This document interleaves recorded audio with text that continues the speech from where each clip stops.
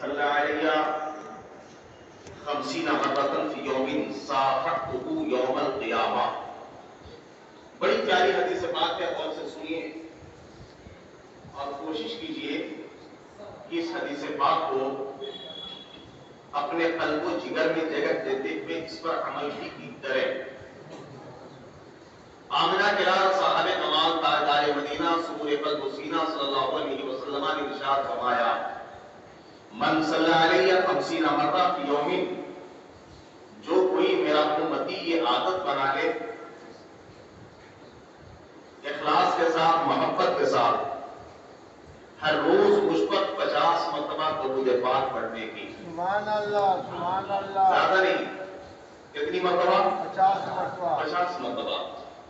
جو کوئی میرا امتی مجھ پر عادتاً، یہ نہیں کہ آج پڑھا کر چھوڑ دیا پرسوں پڑھا کر چھوڑ دیا، عادت بنا لے، معمول بنا لے، صرف 50 مرتبہ درود پاک پڑھنے کی اخلاص و ایمان کے ساتھ محبت کے ساتھ عادتاً. جو کوئی میرا امتی مجھ پر 50 مرتبہ روزانہ درود پاک پڑھے گا، میدان قیامت میں اس سے مصافحہ کروں گا. سبحان اللہ سبحان اللہ. کتنا سستا سودا ہے. بے شک. اس کو اپنا لیجیے اور اس پر عمل کیجیے. 50 مرتبہ درود پاک پڑھنے میں ٹائم بھی کتنا لگتا ہے؟ 5 سے 10 منٹ. صرف 10 منٹ درود پاک کے لیے آپ خرچ کریں. ہمارے آقا صلی اللہ علیہ وسلم فرما رہے ہیں کہ میں اس سے مصافحہ کروں گا، اور جس کو سرکار صلی اللہ علیہ وسلم کا دست کرم مل جائے، آپ مصافحہ کریں گے تو ہاتھ ملائیں گے. جی جی سر. اور مصافحہ کا ایک مطلب ہوتا ہے گلے ملنا بھی. ہمارے آقا صلی اللہ تعالیٰ علیہ وسلم اپنی امت سے اتنا پیار کرتے ہیں جتنا پیار ماں اپنے بیٹے سے نہیں کرتی. سبحان اللہ سبحان اللہ. جب ماں اکلوتے کو کھلے آہا کر کے بلاتے ہیں، اس کی بخشش ان کا صدقہ دیتا وہ ہے دلاتے یہ ہیں.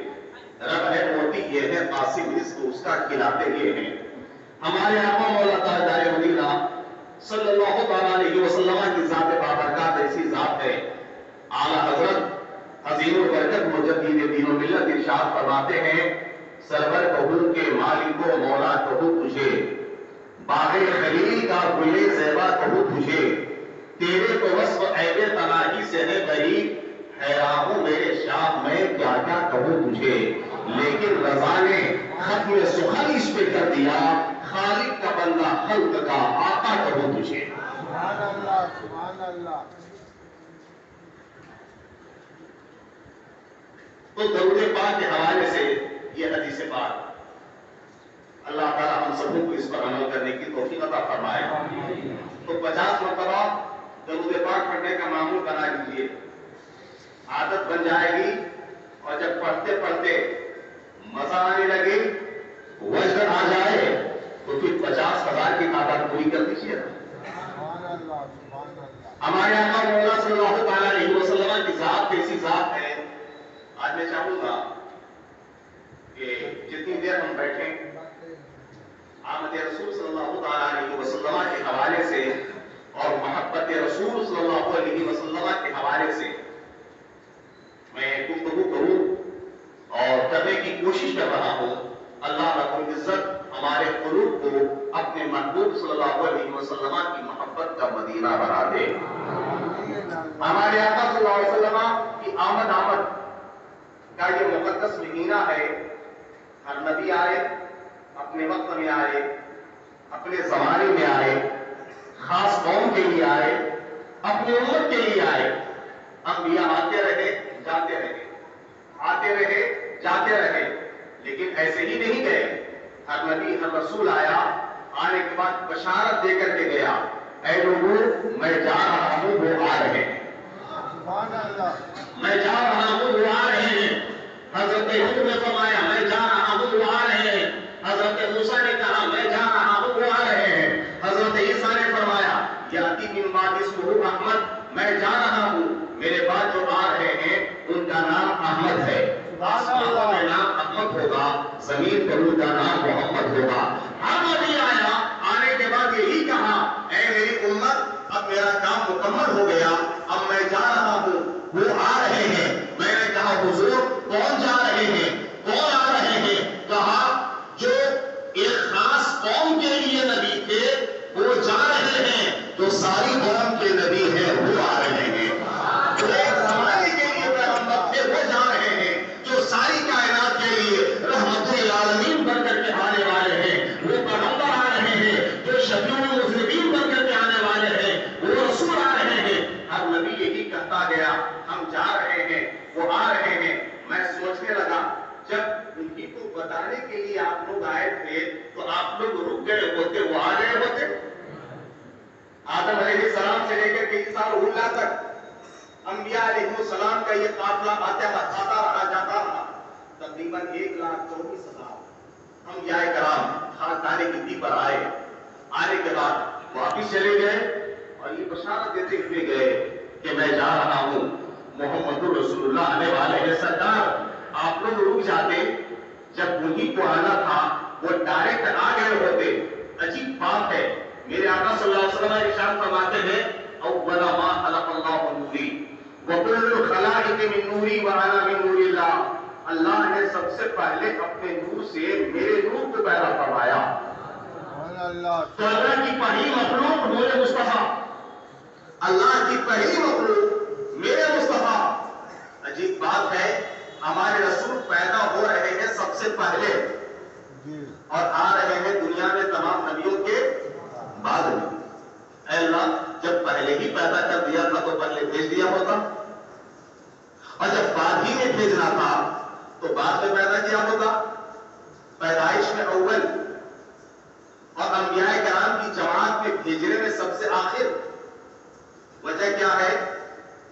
تھوڑی دیر بیٹھیں, کوشش کر رہا ہوں کہ اس کا جواب میں آپ کے حوالے کروں. لیکن پہلے علماء کرام نے جو چن چن کر کے ہمارے سامنے اخبار ذکر رکھے ہیں, میں ان میں سے اور آپ کے سامنے بیان کر رہا ہوں. علماء کرام فرماتے ہیں, صوفیاء کرام فرماتے ہیں, ان الانبیاء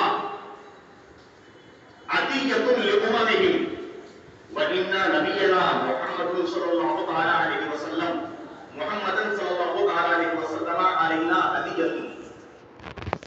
علماء کرام صوفیاء کرام ارشاد فرماتے ہیں کہ جتنے نبی آئے, جتنے انبیاء آئے اپنی امت کی طرف, وہ تمام نبی اپنی امت کے لیے عطیہ تھے, اپنی امت کے لیے عطیہ تھے.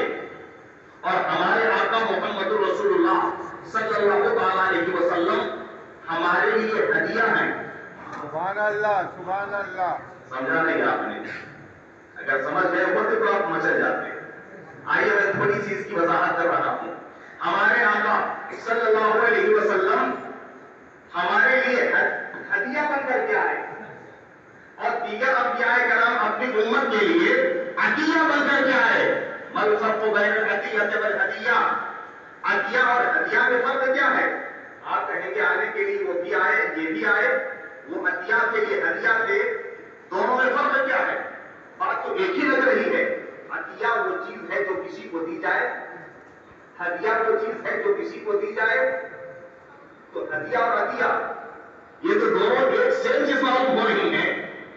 پھر ہمارے آقا ہدیہ ہیں, دیگر انبیاء کرام اپنی امت کے لیے عطیہ ہیں. اس کا مطلب کیا ہے؟ ذہن کو قریب کیجیے. علماء کرام فرماتے ہیں مل فرق بین الہدیہ والعطیہ, عطیہ اور ہدیہ کے درمیان فرق کیا ہے؟ علماء کرام نے بڑے واضح طور پر اس کا فرق لکھا ہے. العطیۃ للمحتاجین والہدیۃ للمحبوبین.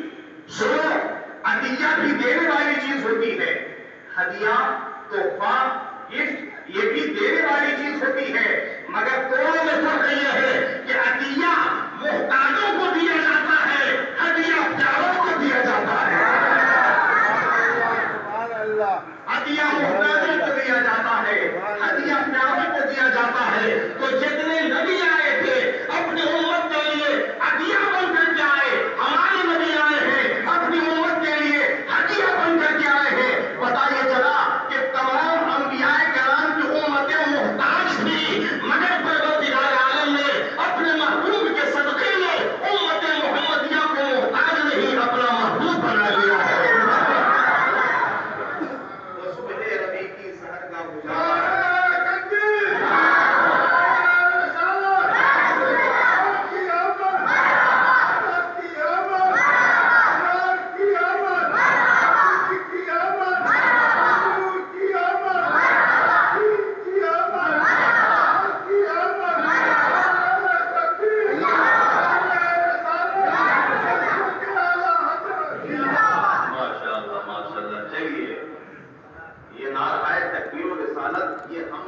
امت کی طرف سے تحفہ ہے بارگاہ رسالت میں.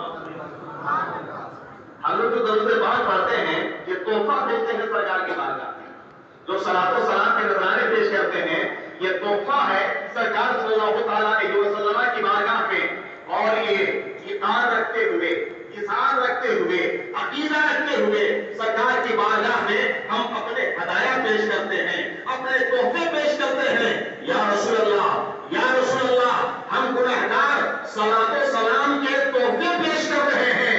یا رسول اللہ، میدان قیامت میں اپنی شفاعت ہم سب کو عطا کر دیجیے.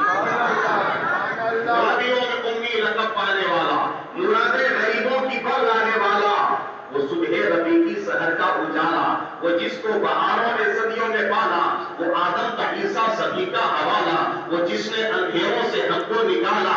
وہ آدم سے پہلے، وہ موسیٰ سے پہلے، وہ عیسیٰ سے پہلے، زکریا سے پہلے، وہ یحییٰ سے پہلے، وہ یوشع سے پہلے، وہ توحید رب کی سنانے ہے آیا، وہ امت کو سینے لگانے ہے آیا. وہ توحید رب کی سنانے ہے آیا، وہ امت کو سینے لگانے ہے آیا. کون آیا؟ ہم کس کا ذکر کر رہے ہیں؟ کون آیا؟ کون آیا؟ یہ کسرا کے کنگرے گرے جا رہے ہیں، یہ کسرا کے کنگرے گرے جا رہے ہیں. یہودی بھی ماتم کیے جا رہے ہیں، یہودی بھی دیکھو مرے جا رہے ہیں، عیسائی بھی ماتم کیے جا رہے ہیں. ہرا سے رسول خان آ گیا ہے، روایت بتانے حسان آ گیا ہے، خدا کا زمین پر بیان آ گیا ہے. وہ سارے کے سارا قرآن آ گیا ہے، وہ سارے کے سارا قرآن آ گیا ہے. پردے کے نگاہ سے ہر شے نکھر گئی، تنویر شکر رات کے رخ پر بکھر گئی. دشت و جبل سے نور کے پودے لپک پڑے، کلیوں سے پھول، کلیوں کے جام پھولوں کے ساغر چھلک پڑے. بادل فضائے دہر کے، بادل فضائے دہر کے رحمت کے چھا گئے. آئی صدا کے سید کونین آ گئے، آئی صدا کے سید کونین آ گئے. کل میں نے واقعہ شروع کیا تھا اور حضرت آمنہ رضی اللہ تعالیٰ عنہا کے واقعے پر ختم کیا تھا. اس کے بعد پھر آگے بیان ہوا تھا ہمارے حضرت علامہ کا. حضرت آمنہ سیدہ طیبہ طاہرہ زکیہ حضرت آمنہ رضی اللہ تعالیٰ عنہا حضور صلی اللہ تعالیٰ علیہ وسلم کی والدہ پاکہ ہیں. فرماتی ہیں کہ جب میرے لال نے میری گود میں قدم رکھا، سنیے بہت سے مزہ آئے گا. جب میرے لال نے میری گود میں قدم رکھا، جب جب اجل ہوا، آپ نے یہ نہیں فرمایا کہ بیٹا پیدا ہوا، آپ نے یہ نہیں فرمایا کہ بچہ پیدا ہوا.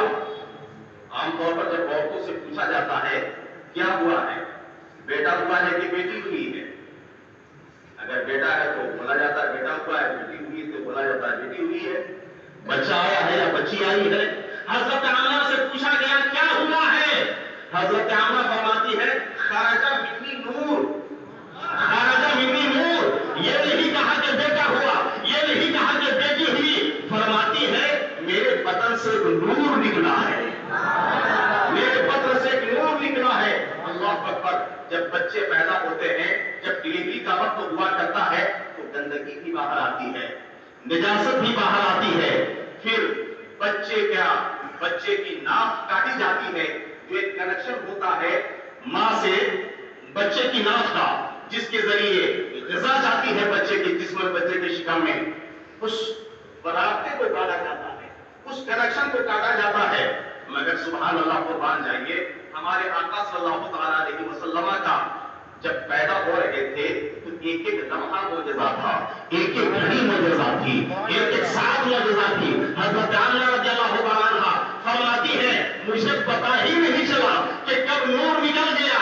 گندگی آتی ہے پہلے جب عورتوں کو بچوں کی ولادت ہوا کرتی ہے، لیکن فرماتی ہے کہ جیسے جیسے جیسے جیسے نور مصطفیٰ کا ظہور ہوتا جا رہا تھا، خوشبو مزید پھیلتی جا رہی تھی، خوشبو پھیلتی جا رہی تھی، خوشبو پھیلتی جا رہی تھی. مکے کا ذرہ ذرہ خوشبو میں بسا ہوا نظر آ رہا تھا. بے جان جن درختوں کے پتے سوکھ گئے تھے، میرے نبی نے قدم رکھا زمین پر پتے ہرے ہو گئے. جن جانوروں کے تن خشک ہو گئے تھے، ان جانوروں کے تھنوں میں دودھ بھر گئے. اللہ اکبر.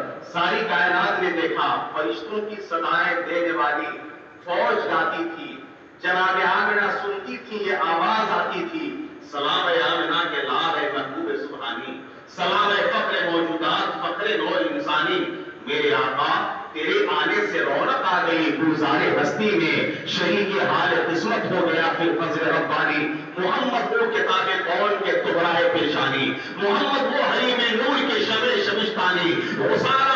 غسارہ جن کے لاہوں کا ہلال آسماں منزل, تراشا جن کے لاہوں کا ہلال آسماں منزل. غسارہ جن کے قدموں کا زلال آب حیوانی, غسارہ جن کے قدموں کا زلال آب حیوانی. محمد ایسے گزرے گنبدِ بنائے گردوں سے, نظر جس طرح شیشے سے گزر جائے بآسانی. آپ کی والدہ فرماتی ہے کہ جب میرے لال نے میری گود میں قدم رکھا, جب نور نکلا تو اللہ تعالیٰ نے میری آنکھوں کی روشنی بڑھا دیا. سبحان اللہ. کشف اللہ عن بصری, اللہ نے میرے چہرے کو منور کیا, میری آنکھوں کو نور عطا فرمایا, اور ایسی آنکھوں میں روشنی عطا فرمائی کہ میں مکے میں تھی لیکن مکے میں رہ کر کے ان کے شام کے محلات کو دیکھ رہی تھی. ان کے شام کے محلات کو میں دیکھ رہی تھی. اب ذرا تصور کریں, نبی کریم صلی اللہ علیہ وسلم کی آمد آمد ہو رہی ہے. آج کے بچے جب پیدا ہوتے ہیں تو کیا کرتے ہیں, بچے روتے ہوئے پیدا ہوتے ہیں, یہی ہوتا ہے, بچے روتے ہوئے پیدا ہوتے ہیں.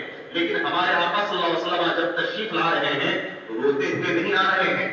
آپ کی والدہ سیدہ آمنہ رضی اللہ تعالیٰ عنہا ارشاد فرماتی ہیں کہ جب میرا لال آیا آتے ہی محمد رسول اللہ نے لمبا سجدہ کیا. بتائیے 10 منٹ کا بچہ ہے, 10 منٹ کا بچہ, اور باضابطہ جیسے سجدہ کیا جاتا ہے, دونوں ہاتھوں کو رکھا زمین پر, پیشانی کو رکھا زمین پر, ناک بھی لگائی زمین پر, باضابطہ سجدہ کیا میرے آقا صلی اللہ تعالیٰ علیہ وسلم نے, اور گھٹنوں کے بل سجدے سے جب سر اٹھایا اپنی انگشت مبارک آسمان کی طرف کی. سبحان اللہ. اشہد ان لا الہ الا اللہ و انی رسول اللہ. ہمارے آقا صلی اللہ تعالیٰ علیہ وسلم پیدا ہوئے, سجدہ کیا, لمبا سجدہ کیا, سجدہ کرنے کے بعد اٹھ گئے, آسمان کی طرف آپ نے انگشت شہادت کیا, اشہد ان لا الہ الا اللہ. اور اس کے بعد حضرت آمنہ فرماتی ہیں میرے لال نے کہا رب حبلی امتی. اس کا سب کو سبحان اللہ بولنا چاہیے. رب حبلی امتی, رب حبلی امتی, رب حبلی امتی. اے اللہ میری امت میرے حوالے کر دے, میری امت میرے حوالے کر دے, میری امت میرے حوالے کر دے, میری امت میرے حوالے کر دے. رب حبلی امتی کہتے ہوئے پیدا ہوئے, رب حبلی امتی کہتے ہوئے پیدا ہوئے. حق نے فرمایا کہ بخشا الصلاۃ والسلام, اے شہنشاہ مدینہ الصلاۃ والسلام, زینت عرش معلا الصلاۃ والسلام. میں وہ سنی ہوں جمیل قادری مرنے کے بعد میرا لاشا بھی کہے گا, میرا لاشا بھی کہے گا الصلاۃ والسلام. تو ایمان ایسا ہو, عقیدہ ایسا ہو, رسول اللہ صلی اللہ علیہ وسلم سے ایسی محبت ہونی چاہیے کہ زندگی میں تو ہم صلاۃ و سلام پڑھ ہی رہے ہیں, قبر میں جانے کے بعد بھی ہم کہیں یا نبی السلام علیکہ, قبر میں جانے کے بعد بھی ہم کہیں مصطفیٰ جان رحمت کے لاکھوں سلام. یاد رکھیے گا قبر میں جانے کے بعد کچھ کام نہیں آنے والا ہے, اگر کچھ کام آئے گا تو یہ حسن عقیدہ کام آئے گا, نبی کریم صلی اللہ علیہ وسلم کی محبت کام آئے گی. سبحان اللہ. سبحان اللہ. حدیث پاک میں ارشاد ہوا ان اول ما یحاسب به العبد الصلاۃ. قیامت کے دن سب سے پہلے بندے کا جس چیز کے بارے میں حساب لیا جائے گا وہ نماز ہوگی. کیا ہوگی؟ نماز. ہمارے آقا صلی اللہ علیہ وسلم نے پیدا ہوتے ہی لمبا سجدہ کیا, گویا کہ یہ ذہن دے رہے ہیں میں وہ دین لے کر کے آیا ہوں جس میں سجدہ کرنا سب سے زیادہ ضروری ہے. میں وہ دین لے کر کے آیا ہوں کہ وہ دین سجدے کے بغیر ہے ہی نہیں. اور جب میرے آقا صلی اللہ تعالیٰ علیہ وسلم اس دنیا سے ظاہری طور پر جانے لگے، ظاہری طور پر جانے لگے، تو ہمارے آقا صلی اللہ علیہ وسلم نے اپنا سر مبارک اس وقت حضرت عائشہ رضی اللہ تعالیٰ عنہا ام المومنین کی گود میں رکھا۔ اما عائشہ رضی اللہ تعالیٰ عنہا ارشاد فرماتی ہیں کہ حضور صلی اللہ علیہ وسلم کا جب آخری وقت تھا، بالکل آخری وقت، میری گود میں سر انور رکھا۔ اللہ کے رسول تاجدار مدینہ صلی اللہ علیہ وسلم نے ساری دنیا کی ساری مائیں قربان ہو جائیں حضرت عائشہ صدیقہ کے قدموں پر۔ کیا نصیب پایا ہے حضرت عائشہ نے، کیا مقدر پایا ہے حضرت عائشہ صدیقہ نے۔ وہ کتنے عظیم ہیں حضرت ابوبکر صدیق رضی اللہ تعالیٰ عنہ جنہیں سرکار کی صحبت ملی، حضرت فاروق اعظم جن کو سرکار کی صحبت ملی، عثمان غنی جن کو سرکار کی صحبت ملی، مولا علی جن کو سرکار کی صحبت ملی۔ یہ وہ لوگ ہیں جنہوں نے میرے سرکار کو بہت قریب سے دیکھا تھا۔ یہ وہ لوگ ہیں جنہوں نے ہمارے آقا کو بہت قریب سے دیکھا تھا۔ آج جب لوگوں نے عشق کے انداز میں دور سے دیکھا، 1400 سال کی دوری پر دیکھا، کہنے پر مجبور ہو گئے وہ کمال حسن حضور ہے کہ گمان نفس جہاں نہیں، یہی پھول خار سے دور ہے، یہی شمع ہے کہ دھواں نہیں۔ لیکن جن لوگوں نے قریب سے دیکھا، بہت قریب سے، وہ تو یہی کہتے ہیں وَأَحْسَنُ مِنْكَ لَمْ تَرَ قَطُّ عَيْنِي وَأَجْمَلُ مِنْكَ لَمْ تَلِدِ النِّسَاءُ خُلِقْتَ مُبَرَّأً مِنْ كُلِّ عَيْبٍ كَأَنَّكَ قَدْ خُلِقْتَ كَمَا تَشَاءُ۔ یا رسول اللہ، آپ سے زیادہ حسین میری آنکھوں نے دیکھا ہی نہیں ہے۔ آپ سے زیادہ خوبصورت میری آنکھوں نے دیکھا ہی نہیں ہے۔ میری آنکھ تو کیا، دنیا کی کسی نظر نے رسول اللہ سے زیادہ خوبصورت کسی کو دیکھا ہی نہیں ہے۔ اور دیکھے بھی تو کیسے حضرت حسان جنہوں نے بہت قریب سے دیکھا، کہتے ہیں کہ آج تک دنیا میں کسی ماں نے اتنا حسین بیٹا جنا ہی نہیں ہے۔ تو میرے نبی نے آتے ہوئے لمبا سجدہ کیا اور دنیا سے جاتے ہوئے آپ نے حضرت عائشہ صدیقہ کی گود میں کہا الصلاۃ الصلاۃ الصلاۃ، میری امت نماز، میری امت نماز، میری امت نماز۔ تو جس رسول نے آتے ہی نماز کا پیغام دیا، جاتے وقت ظاہری طور پر نمازوں کے احترام کی تاکید کرتے گئے، آج اسی رسول کی امت کا عالم یہ ہے کہ 90% لوگ مسجدوں سے دور ہیں، نمازوں سے دور ہیں۔ نماز کو اپنا شعار بنائیے، نماز کو اپنی زندگی کا حصہ بنائیے۔ یہ صحیح ہے، بال بچوں کے لیے کمانا بھی ضروری ہے، کاروبار کرنا بھی ضروری ہے، سب کچھ ضروری ہے، مگر تمام کاموں سے سب سے زیادہ ضروری کام نماز ہے۔ نماز ہے۔ میرے آقا صلی اللہ علیہ وسلم ارشاد فرماتے ہیں کہ مومن اور کافر کے درمیان جو چیز فرق کرنے والی ہے وہ نماز ہے۔ میں نے حدیث پاک کی تلاوت کیا، میرے آقا صلی اللہ علیہ وسلم ارشاد فرماتے ہیں وقت مکمل ہو رہا ہے، 5 منٹ اور گفتگو کروں گا۔ ان اول ما یحاسب به العبد یوم القیامہ الصلاۃ، میدان قیامت میں سب سے پہلے جس کے بارے میں سوال کیا جائے گا وہ نماز ہے۔ کیا ہے؟ نماز ہے۔ روز محشر کی جان گداز ہوت، اولی کوشش نماز ہوت۔ قیامت کے دن سب سے پہلے نماز پوچھی جائے گی۔ اگر نماز کے معاملے میں بندے کا جواب ٹھیک ٹھاک رہا تو دوسرے معاملات بھی اس کے ٹھیک ٹھاک رہیں گے، ورنہ اگر نماز کے معاملے میں پھنس گیا تو ہر جگہ پھنستا چلا جائے گا۔ یہ مفہوم ہے حدیث پاک کا۔ تو آج نماز ہمارے لیے بہت ضروری ہے، اور ہم سنی لوگ نماز سے بہت زیادہ دور رکھتے ہیں۔ مزاروں پر جا کر چادر گاگر کر کے، چادر چڑھا کر، پھول مالا چڑھا کر، نظر و نیاز کر کے ہم سوچ لیتے ہیں کہ یہ ہمارے لیے کافی ہو گیا، بس ہم اسی کے ذریعے جنت میں چلے جائیں گے۔ میں عرض کرنا چاہوں گا، نماز پہلے ہے درگاہ بعد میں، نماز پہلے ہے مزار بعد میں، مزار پہلے ہے چادر پوشی بعد میں، نماز پہلے ہے چادر پوشی بعد میں، نماز پہلے ہے مزار بعد میں۔ اور اگر اعلیٰ حضرت کا فتویٰ سن سکتے ہیں تو سن لیجئے۔ ہم لوگ بریلوی ہیں نا، اہل سنت و جماعت ہیں، اعلیٰ حضرت کا فتویٰ یہ ہے کہ جب تک مزار پر ایک چادر موجود ہے، جب تک تک وہ پھٹ نہ جائے، جب تک کہ چادر پوشیدہ نہ ہو جائے، دوسری چادر چڑھانے کی اجازت نہیں ہے۔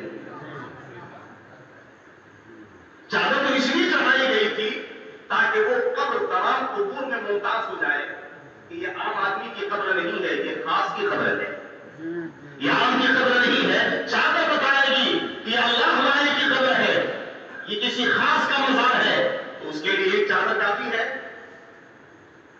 آخر اتنی چادریں چڑھانے کا مقصد کیا ہے؟ اعلیٰ حضرت سرکار فرماتے ہیں جب تک کہ چادر مزار کی پھٹ نہ جائے، پوشیدہ نہ ہو جائے، دوسری چادر نہ چڑھاؤ، اور اگر تم چادر چڑھانا ہی چاہتے ہو تو چادر کے پیسے کسی غریب پر صدقہ اور خیرات کر کے اس کا ثواب صاحب مزار کو پہنچا دیجیے، اس کا ثواب صاحب مزار کو پہنچا دیجیے۔ تو مزاروں پر جانا اچھا کام ہے، مزاروں پر جانا اچھا کام ہے، نظر و نیاز اچھا کام ہے، اور یہ اللہ سے اقتصاد قرض اچھا کام ہے، لیکن نمازوں کی پابندی کرنا بہت اچھا کام ہے، بہت اچھا کام ہے۔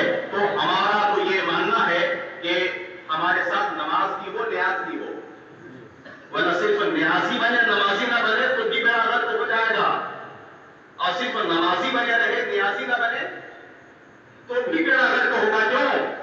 اس لیے کہ میدان قیامت میں سب سے پہلے نماز پوچھی جائے گی، لیکن میں آپ کو بتاؤں نماز سے قیامت سے پہلے قبر ہے۔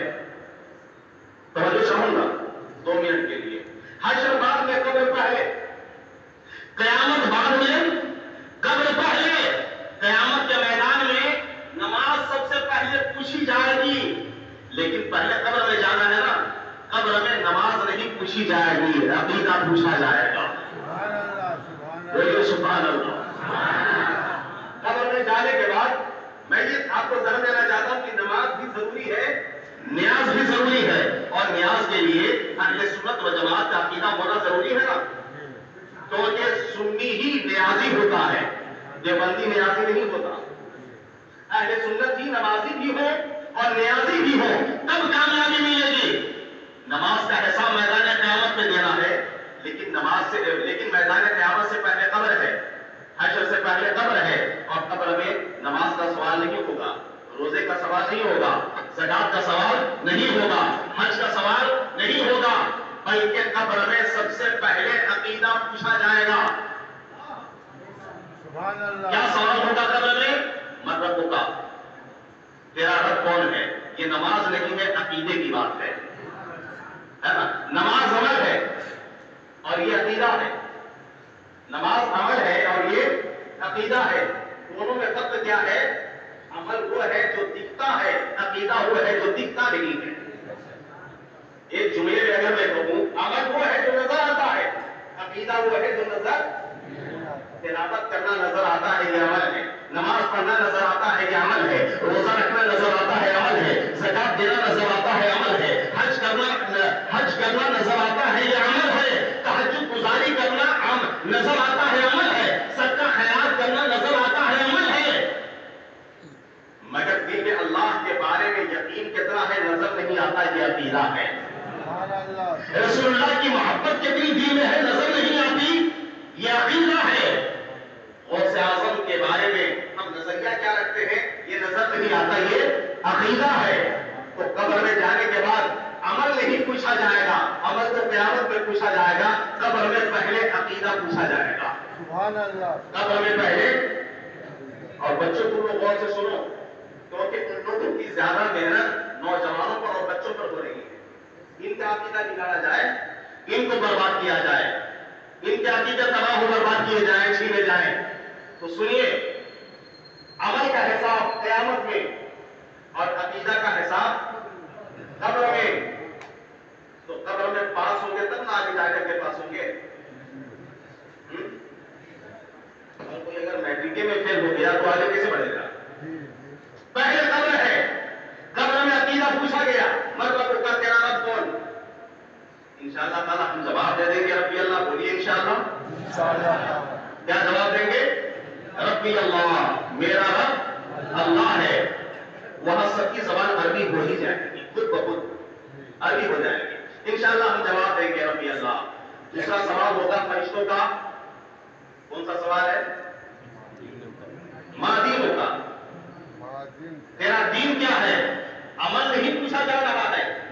یہودی عقیدہ ہے.